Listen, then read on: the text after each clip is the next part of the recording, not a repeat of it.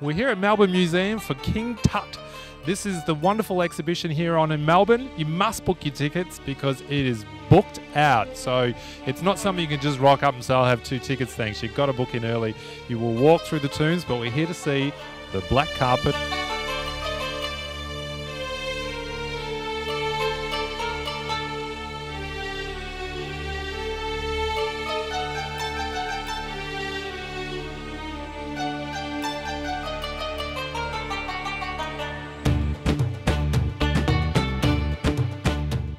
Curators, so that's good. That's a good start. Now, tell us a bit about the exhibition. It's been obviously at LA and London and now Melbourne. How did it get to be here? And Fort Lauderdale and Chicago. Just a few places and a few million seeing it. People. That's a lot. So already you've sold something like, what, 250,000 tickets in Melbourne? But that was yesterday, so today must be up to 150 already. So when walking through, what do we get inside? Is it set up like tombs? And tell us a bit about the journey through. There are different environments. So the first half of the exhibition is really devoted to King Tut's family, because the last time this show traveled in the 1970s, it only had the artifacts from his tomb. This time it has all the artifacts from his family, 80 of them. And so you go through several environments. There's a temple environment, a tomb environment, palace environment, and then you get into the area of King Tut. You meet the boy king, and then you go through 4 different galleries with him, and then in the end there's another gallery devoted to scientific testing, and is an exact replica of the mummy.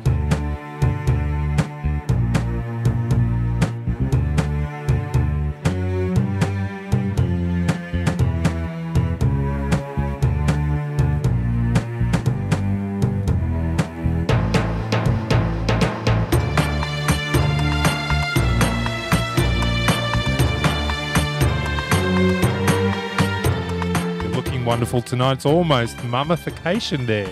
Almost. Tight fitting. Can't fit anything else into this dress, so. So you're looking forward to seeing the Tutankhamun exposition? Yeah, absolutely. It's fantastic for Australia, and it should be incredible. So I can't wait to see what it's like.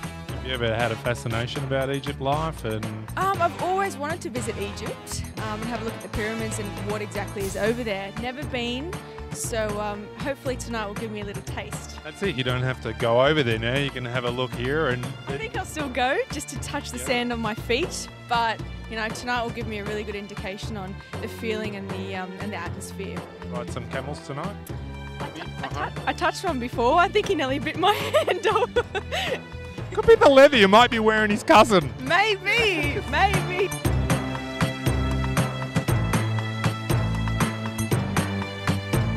Join here with Stephen. Now, you're bringing this amazing exhibition to Melbourne. Tell us a little bit about it and the process. Well, I was fortunate enough to attend the opening of the exhibition in London back in 2007, and it was just a remarkable experience. And I decided then that we had to work out a way of bringing it to Australia. It's taken about 4 years of discussion to get here at this point, but we're delighted to be here. Now, I noticed the tour is very simple as well. It's easy to follow. But, I was in Egypt and there was just so much information. So you've really narrowed it down to quite an easy way of following it through with his family and then, of course, Tut himself. Exactly right. We have 131 artifacts, of which 50 are from Tutankhamun's tomb, and the rest are, yes, as you said, from his relatives. But yes, it's a once-in-a-lifetime opportunity because it is not going to be coming back to Australia. And I guess going to Egypt's a little tricky, and there's always sometimes political unrest and things like that as well in the way. So this is a lot easier to walk through. It's a lot easier to come to the Melbourne Museum.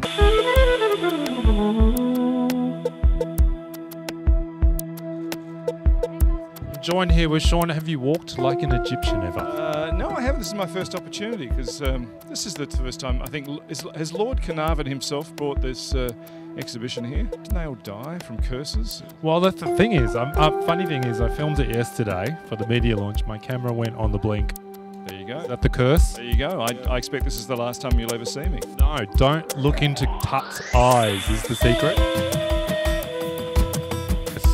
Test 1 2 2 1 2 2 test 2 2 Tutankhamun. My camera went on the blink. Is that curse still living on?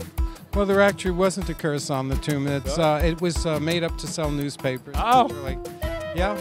Well, I've been touched by a curse then. Well, there's something about the exhibition maybe, or even the King Tut lecturers, because every time I go out and lecture, something happens. But Put me on that list then. the real story is, you know, the guy who discovered the tomb lived on almost into 70 years old, and the early 1900s. That was pretty good. Kimberly, how are you? You're dressed for the night, I think, a little bit of Egyptian inspired. With the gold, little bit of gold thing. So have you ever had a fascination for Egypt and all the tours? I wouldn't say I'd specifically had a fascination, but I'm certainly interested, and I've heard how amazing this is, so I'm really looking forward to it. It'd be all about the gold and the bling, really, shouldn't it? Yeah, oh yeah, absolutely. They had that going on, didn't they? I think you could play Cleopatra tonight. Just put a little head mask on. Wig? Yeah, sure. It's quite ruthless, though, I must say. That's all right, I've got ruthless in me. You can do it. Enjoy the night. Real, thank you.